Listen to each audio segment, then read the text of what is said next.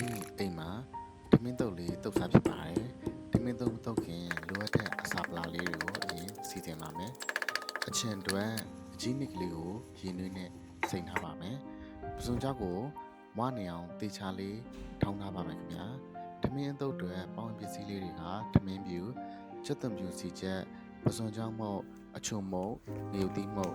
အားငံပြရည်နဲ့မကြီးရည်တို့အသုံးပြုထားပါတယ်ခင်ဗျာ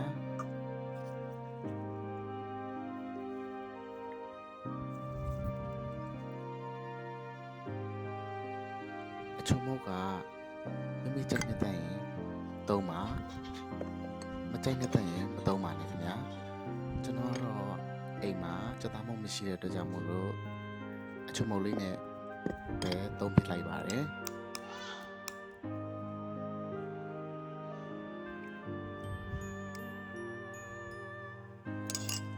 လိုအပ်တဲ့အစာပလာလေးတွေထည့်ပြီးဆိုလို့ရှိရင်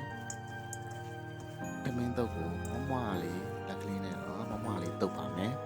အရင်ညှစ်ပြီးမတုပ်ရပါဘူးခင်ဗျာထမင်းလုံးလေးတွေကွဲသွားမှဆိုလို့လက်လေးနဲ့ဖွားလေးတုပ်ပါမယ်ခင်ဗျာဟုတ်ကဲ့ထမင်းတုပ်တုပ်ပြီးတဲ့အခါမှာအလိုပကံလုံးလေးနဲ့တတိရှာလေးစီစဉ်ပြီးတော့ထည့်ပါမယ်ခင်ဗျာ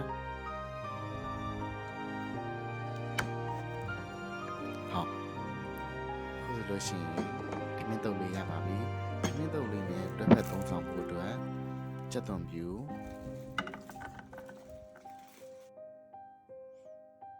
ချက်သွန်နေစိတ်လေးတွေနဲ့မုံလောင်နေစိတ်လေး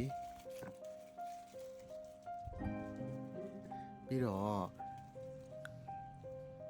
အချင်းထပ်တိုးကျင်တယ်ဆိုလို့ရှိရင်တမယာသီးနဲ့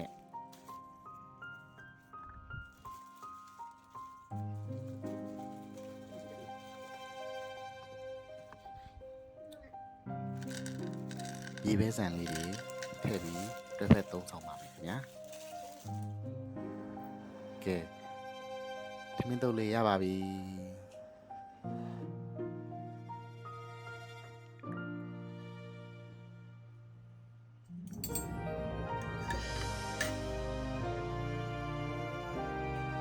စားပါတော့မယ်စားကြပါအောင်အရင်ဆုံးကြည့်ရအောင်မြန်မာသမီး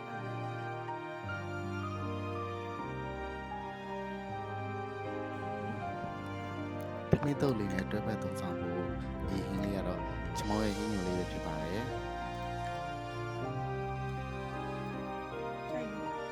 ကောင်းကြ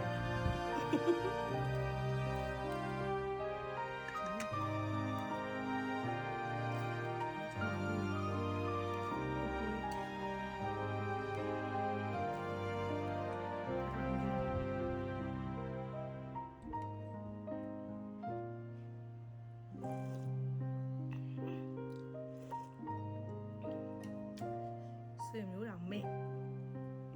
ကဲဆွဲပြီနော်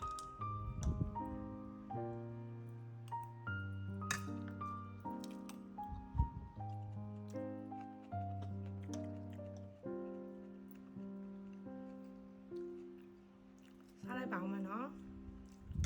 ဘိုင်ဘိုင်နောက်ဗီဒီယိုကြီးကြရင်ပြန်တွေ့မယ်ရှင်